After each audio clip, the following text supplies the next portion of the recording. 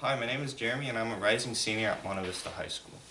My main project is a Raspberry Pi GPS dash cam, which uses the Raspberry camera module and a GPS dash cam in order to record the surrounding as well as tell the user where they are located.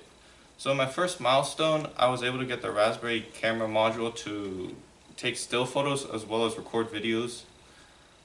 In order to get this function to work, I had to program two programs using Python. So the first program would be taking a still photo, and in this program I had to call a start preview function in order to get what the camera saw or what the camera sees onto the screen.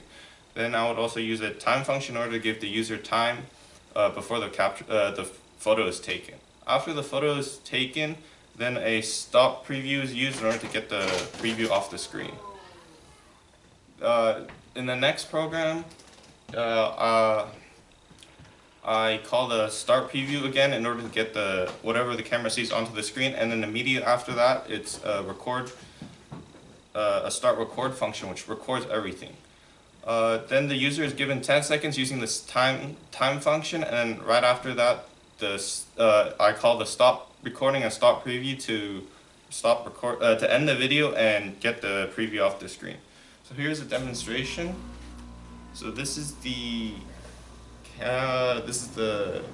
still photo. So it gives the users 5 seconds, and after 5 seconds, it takes the photo, which then appears in the photos folder.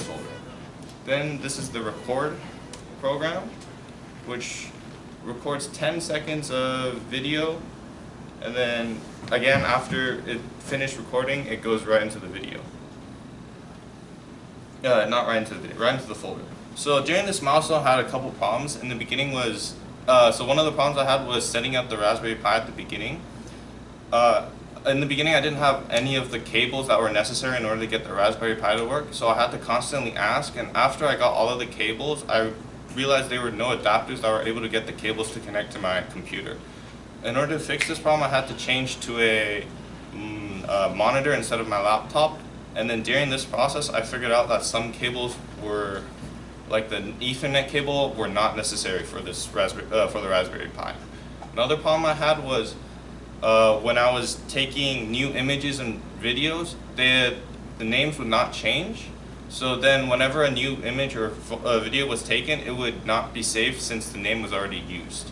So then I had to program into the code something where it counted the number of files in the folder and added one to make sure the name was always new.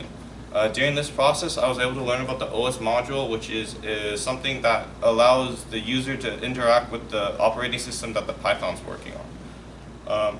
My next milestone is to attach the USB webcam onto this Raspberry Pi and get it to record videos and take still photos as well. Thank you.